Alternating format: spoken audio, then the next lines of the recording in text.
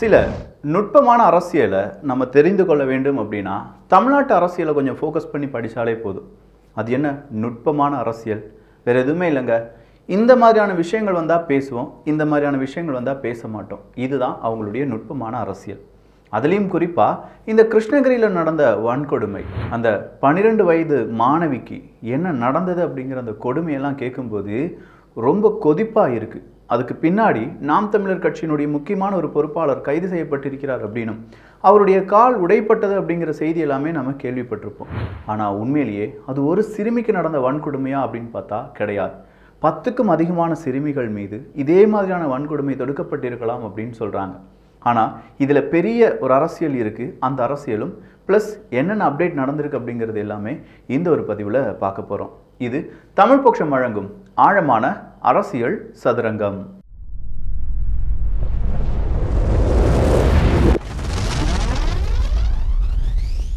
கிருஷ்ணகிரி அருகே பர்கூரில் இருக்கக்கூடிய தனியார் பள்ளி. இந்த தனியார் பள்ளியிலிருந்து தொடங்குதுங்க அரசியல். இதே நேரத்தில் ஏதாவது பிராமணர்கள் இல்லாட்டி இந்துக்கள் அந்த சம்மந்தப்பட்ட ஒரு பள்ளியாக இருந்தது அப்படின்னா உங்களுக்கே தெரியும், இந்த பிபிஎஸ்பி அப்படிங்கிற அந்த பள்ளி பிரச்சனைலாம் எவ்வளோ பெருசாக ஓடிச்சு அப்படின்னு சொல்லி. அதுனா அந்த பள்ளியினுடைய பெயர், அதனுடைய முகவரி என்ன, அதனுடைய தாளாளர் யார் அப்படிங்கிற எல்லா டீட்டெயில்ஸும் இப்போ வெளியில் கொண்டு வந்திருப்பாங்க ஊடகம். ஆனால் இப்போ இங்கே நடந்திருக்கக்கூடிய இந்த தனியார் பள்ளி அப்படிங்கிறது பெயர் மட்டும்தான் வருதே தவிர அந்த பள்ளியினுடைய பெயர், அந்த பள்ளியினுடைய முக்கியமான விஷயங்கள், அது எந்த மதத்தின் அடிப்படையில் அப்படிங்கிறதெல்லாம் வெளியில் வரவே இல்லை. என்ன விக்கி இதில் போய் மதத்தை சேர்க்கிறேன் அப்படின்னு கேட்டால், சார் நான் சேர்க்கலை, உங்களுக்கு அந்த டிஃப்ரென்ஸை சொல்லி காண்பிக்கிறேன். இது புரிஞ்சாலே போதும், இங்கே நடக்கக்கூடிய அரசியலை உங்களால் புரிந்து கொள்ள முடியும். ஸோ மதத்தால் பிரிவினைகளை ஏற்படுத்துவது இதே மாதிரியான செய்திகள் வழியாகவும் அப்படிங்கிறத நாம் என்னைக்கு உணர்கிறோமோ அன்னைக்கு தான் நம்ம உண்மையாக நம்ம மனசறிஞ்சு பகுத்தறிவாக இந்த செய்திகள் எல்லாமே பார்க்கிறோம் அப்படிங்கிறது அர்த்தம். ஸோ இங்கே பார்ஷியாலிட்டி காண்பிக்காத, அதுதானே இந்த சமூக நீதியினுடைய முக்கியமான சோர்ஸ் என்ன? பார்ஷியாலிட்டி. ஒருத்தனுக்கு ஒருத்தன் மேல் அப்படின்னு சொல்கிறது தானே இங்கே பெரிய அளவில் பார்க்கப்படக்கூடிய அநீதி. ரஞ்சித் அவர்களிலிருந்து மாரி செல்வராஜ் அவர்கள் வரை சொல்லக்கூடிய அந்த ஒரு சினிமாவும் அதுதான். என்னை அடிமைப்படுத்தப்பட்ட ஒரு வரலாறு எழுதப்பட்டுச்சு, உண்மையான வரலாறை நான் சொல்கிறேன், நீங்கள் கதறுங்கடா அப்படின்னு சொல்கிறாங்க.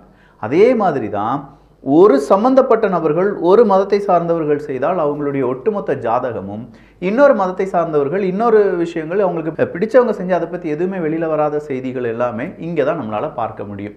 இதுவும் சமூக நீதிக்கு ஒரு எடுத்துக்காட்டுன்னு வச்சுக்கோங்களேன்.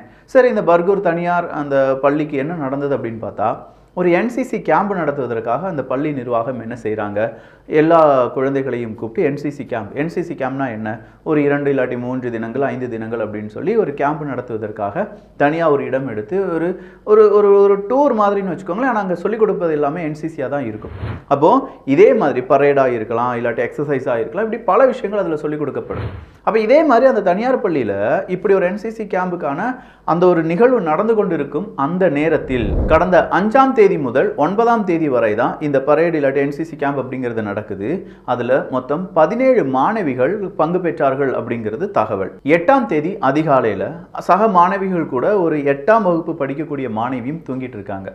எகெயின் இங்கேயும் ஒரு 3 மணிங்கிறத நான் ஏன் இங்கேயும் அப்படின்னு சொல்கிறேன்னா, கல்கத்தா அந்த ட்ரைனி டாக்டர்னுடைய அந்த ஒரு கேஸை நம்ம எடுத்து பார்த்தாலும் விடிய காலை 3 மணிலேருந்து அந்த 4 மணி வரை அப்படின்னு சொல்கிற அந்த ஒரு டைமுக்குள்ளே நின்றுது. இந்த கிருஷ்ணகிரியிலையும் அதே தான் நிற்கிறது.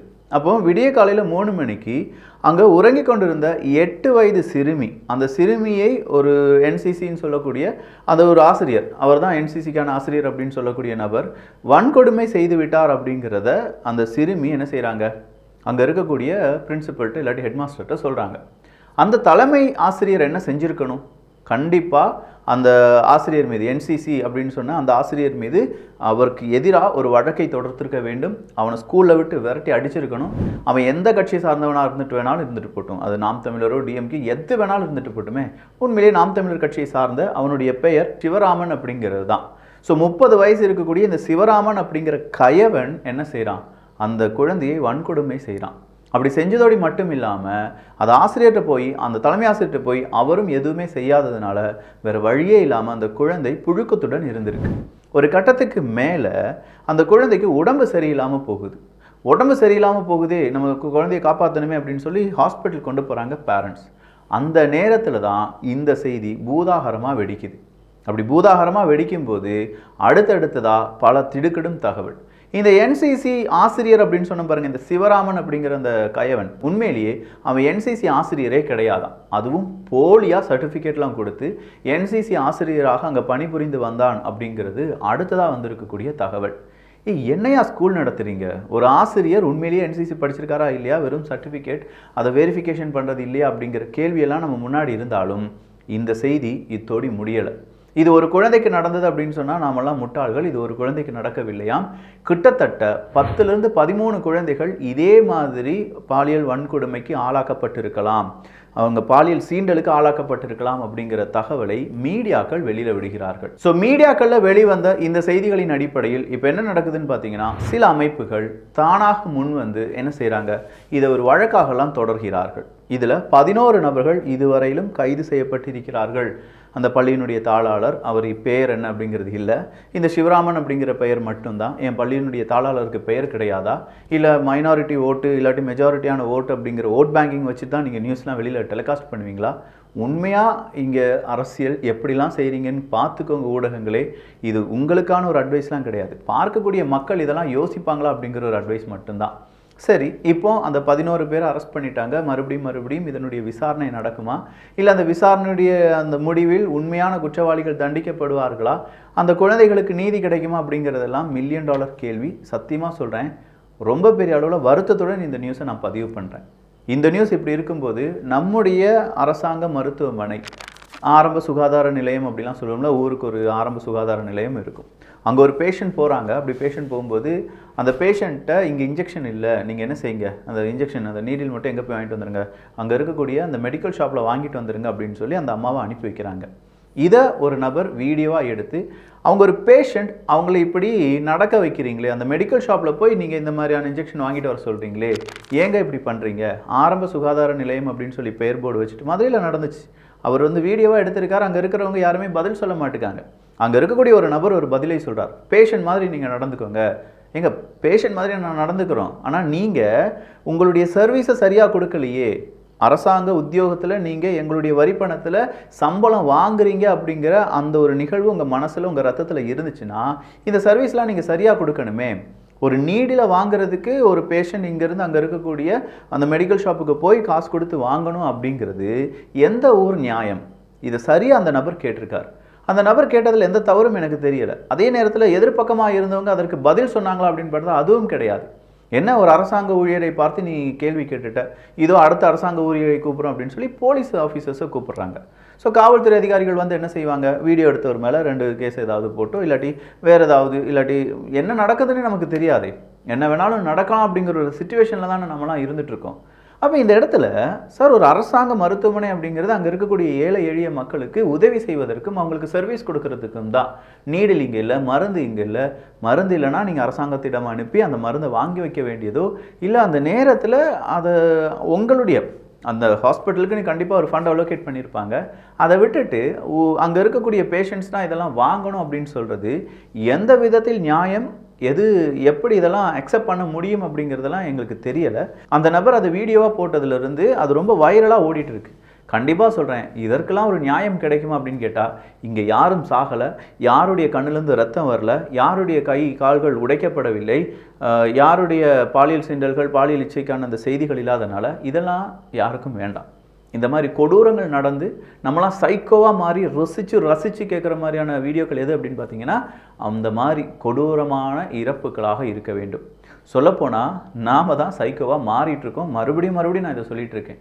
ஒரு இடத்துல நடக்கக்கூடிய ஆக்சிடெண்ட், அங்கே என்ன நடக்குது அப்படிங்கிறத பார்க்கக்கூடிய இன்ட்ரெஸ்ட், இன்னொரு இடத்துல நடக்கக்கூடிய ஆக்சிடெண்ட்டே இல்லாமல் ஒரு நல்லபடியாக ஒரு வாகனம் கடந்து செஞ்சது அப்படிங்கிறத பார்க்குறதுக்கு நம்ம கொடுக்கறது கிடையாது. ஸோ கொடூரமாக இருக்கக்கூடிய ஆக்சிடெண்ட்டை இன்னும் ஒத்து கவனிப்போம். அவன் கால் வந்து தொங்கி விழுகுதா அப்படிங்கிற மாதிரிலாம் கவனிக்கக்கூடிய நபர்கள் நிறைய பேர் இருக்காங்க. ஐயோ இதை ஏன்டா காணிச்ச அப்படின்னு சொல்லி மறுபடியும் பார்க்கக்கூடிய நபர்கள் இருக்காங்க. தனியாக உட்காந்து பார்ப்பாங்க. அப்போ இதெல்லாம் என்ன சொல்லுது, நம்முடைய மனநிலைமையிலேருந்து நம்ம ஏதோ ஒரு சேஞ்ச் ஆகிட்டே இருக்கோம் அப்படிங்கிறத வெளிப்படையாக இதெல்லாம் காண்பிக்கிறது. விருதுநகர் மாவட்ட ஆட்சியர் அலுவலகத்தில் தாய் தற்கொலை முயற்சி அப்படிங்கிறத ஒரு நபர் ஒரு ட்விட்டரில் பகிர்ந்திருக்கிறார். மகளை பாலியல் வன்கொடுமை செய்த திமுக ஊராட்சி மன்ற தலைவர் மகனை கைது செய்ய கோரி அந்த தாய் என்ன செஞ்சிருக்காங்க, தீக்குளிக்க போறேன் அப்படின்னு சொல்லியிருக்காங்க. இது புதுசா பழசா அப்படிங்கிறது தெரியல. பட் இந்த மாதிரியான சம்பவங்களுக்கு நீதி கிடைச்சிச்சா அப்படிங்கிறது தான் உங்க யாருக்காவது தெரிந்திருந்தால் தயவு செய்து கீழே கருத்துக்களாக பதிவு பண்ணுங்க. அடுத்ததா வந்திருக்கக்கூடிய செய்தி, சென்னை பல்லாவரம் அருகே 14 வயது பள்ளி மாணவியை மிரட்டி பாலியல் வன்கொடுமை செய்து தேடப்பட்டு வந்த திமுக மாவட்ட பிரதிநிதியின் மகன் போஸ்கோ சட்டத்தின் கீழ் கைது அப்படிங்கிறது. அவனுடைய பெயரும் விக்கி தான் சொல்லி போட்டிருக்காங்கப்பா. இங்கெல்லாம் பாலியல் வன்கொடுமை போஸ்கோ அப்படிங்கிறதெல்லாம் அடிக்கடி ஒரு நியூஸாக பார்க்கறதுனாலையோ என்னவோ பல செய்திகள் இருட்டடிப்பு செய்யப்படுகிறது. அந்த அரசியல் இங்கே வந்து திமுகன்னு சொன்னேன் பார்த்தீங்களா, இதெல்லாம் யார் பகிர்ந்திருக்கிறார்கள் அப்படின்னு பார்த்தீங்கன்னா நாம் தமிழர் கட்சியை சார்ந்தவங்களும் அதிமுக பிஜேபி சார்ந்தவங்களும் பகிர்கிறார்கள். அப்போ எதிர்கட்சியாக இருக்கிறவங்க என்னதை பகிர்வார்கள் அப்படின்னு பார்த்தீங்கன்னா, அந்த பக்கமாக பிஜேபி என்ன செஞ்சாங்க, இல்லாட்டி ஏடிஎம்கே என்ன செஞ்சாங்க, நாம் தமிழர் கட்சி என்ன செஞ்சாங்க அப்படிங்கிறத மட்டும் பகிர்கிறார்கள். நம்ம என்ன கேட்குறோன்னா, நீங்கள் பகிருங்கள், பகிராமல் இருங்கள். நீங்கள் பேரை சொல்லுங்கள், பேரை சொல்லாமல் இருங்க. பாதிக்கப்பட்ட நபர்களுக்கு எங்கேயாவது ஒரு இடத்துல நீதி கிடைப்பதற்கான வாய்ப்புகள் இருக்கா அப்படிங்கிறது மட்டும்தான் எங்களுடைய கேள்வி. அது யாராக இருந்தாலும், எந்த அரசியல் கட்சியாக இருந்தாலும், எவ்வளவு பெரிய நபராக இருந்தாலும் எங்களுக்கு எந்த பிரச்சனையும் கிடையாது. அங்கே பாதிக்கப்பட்டவங்களுக்கு ஏதாவது நீதி கிடைக்குமா, கிடைக்காதா? மக்கள் யோசிக்கிறீங்களா இல்லையா? இல்லை இதெல்லாம் சர்வசாதாரண ஒரு நியூஸாக கடந்து போகிறீங்களா? பார்க்கலாம் அடுத்தடுத்த வருங்காலங்களில். நல்லதை பகிர்ந்து நல்ல சமுதாயத்தை உருவாக்குவோம். நன்றி, வணக்கம்.